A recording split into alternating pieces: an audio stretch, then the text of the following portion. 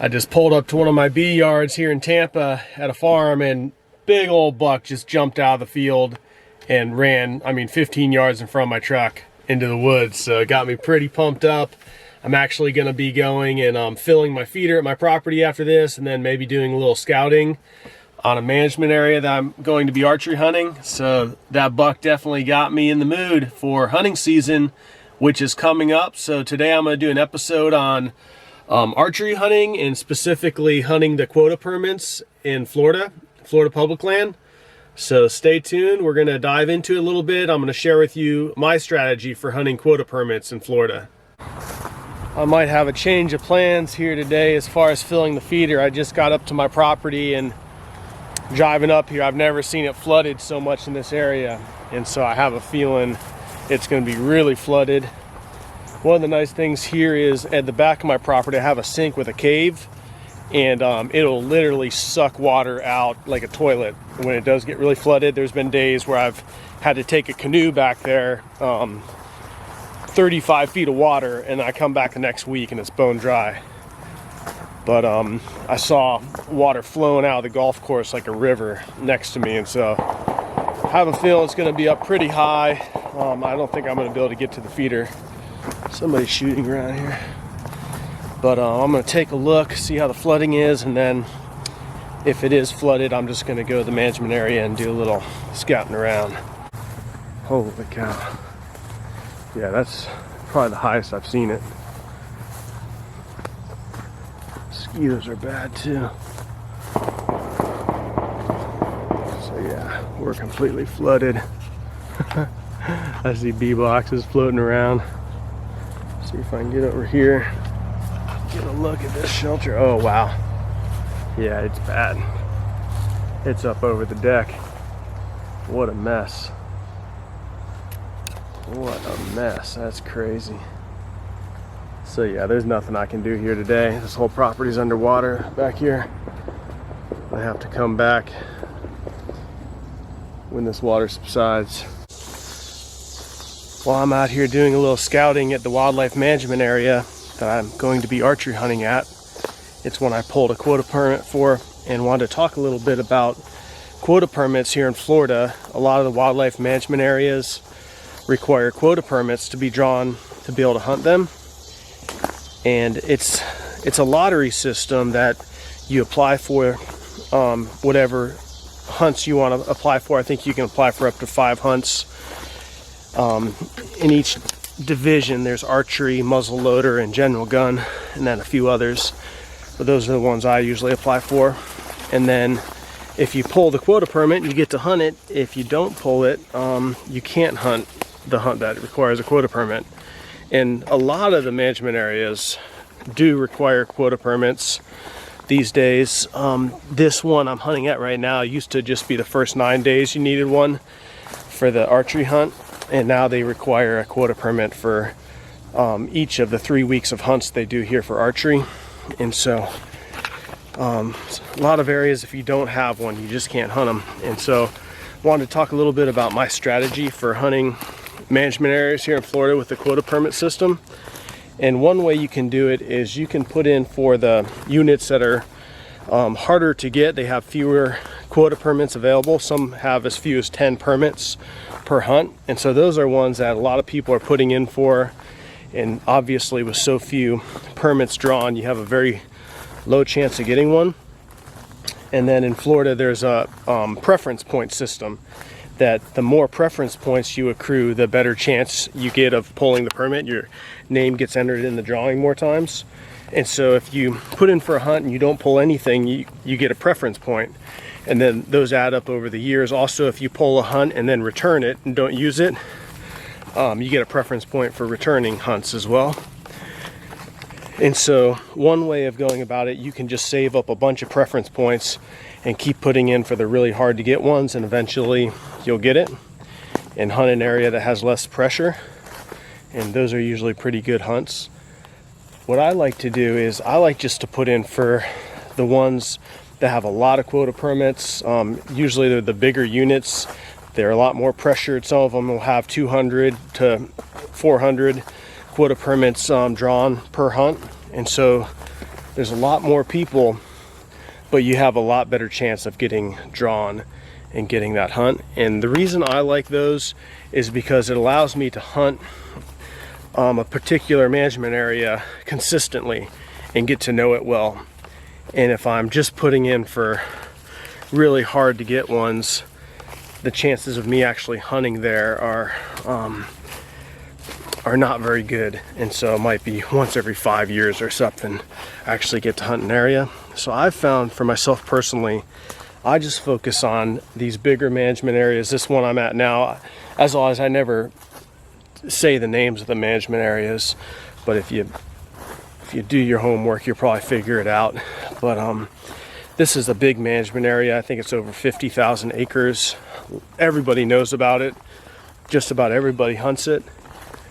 But I've found that rather than focusing on the 50,000 acres and going all over the place trying to scout out spots, for the past 15 years I've just been kind of focusing on one little area that's, I think the whole unit's about 2,000 acres maybe, and of that 2,000 I hunt maybe kind of 300 acres consistently. And it seems like at this spot, the people that do hunt it, everyone either goes to the north side of this unit or the south side, and there's not a lot of people in the middle. So I like to hunt the middle of this smaller parcel of a large management area, and I've done really well. Pretty much I've pulled something out of here just about, I think, every year for the past, I don't know, 7-8 years or so.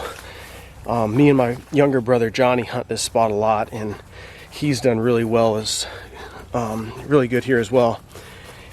And I've heard people say that in these bigger management areas that a lot of people hunt, it's like 5% of the hunters consistently get 90% of the game, and those are the guys that put their time in and know how to hunt those areas.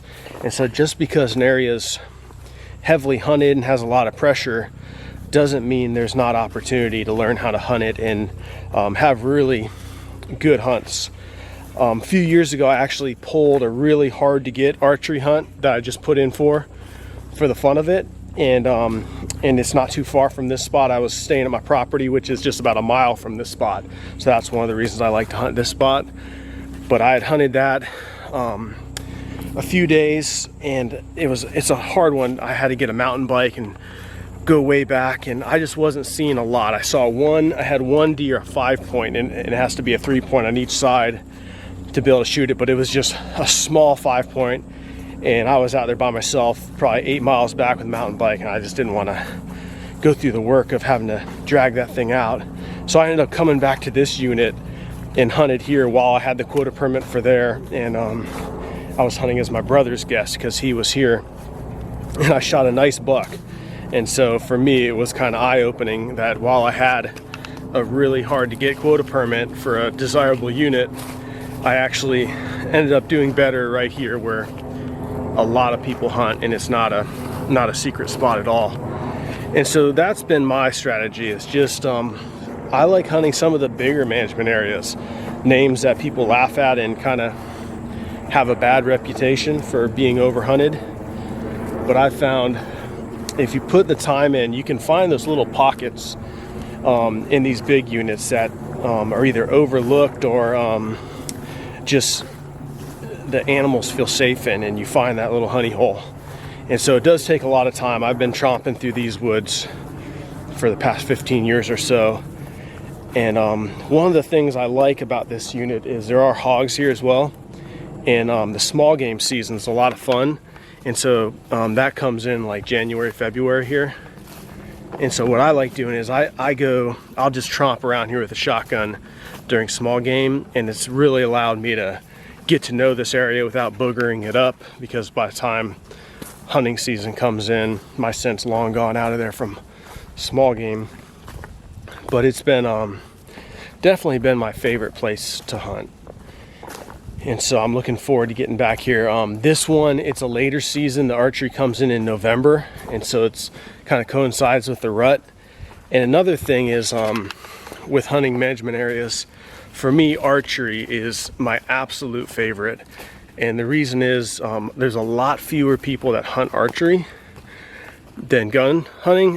This unit, when gun season comes in, it's ridiculous. There's just people everywhere. It's not a fun hunt for me. But the archery hunt is awesome because this one, it comes in November. The weather's usually nice. Sometimes there's some rutting activity going on, and the animals just haven't been pressured all year. And so I definitely prefer archery hunting when it comes to management areas in Florida.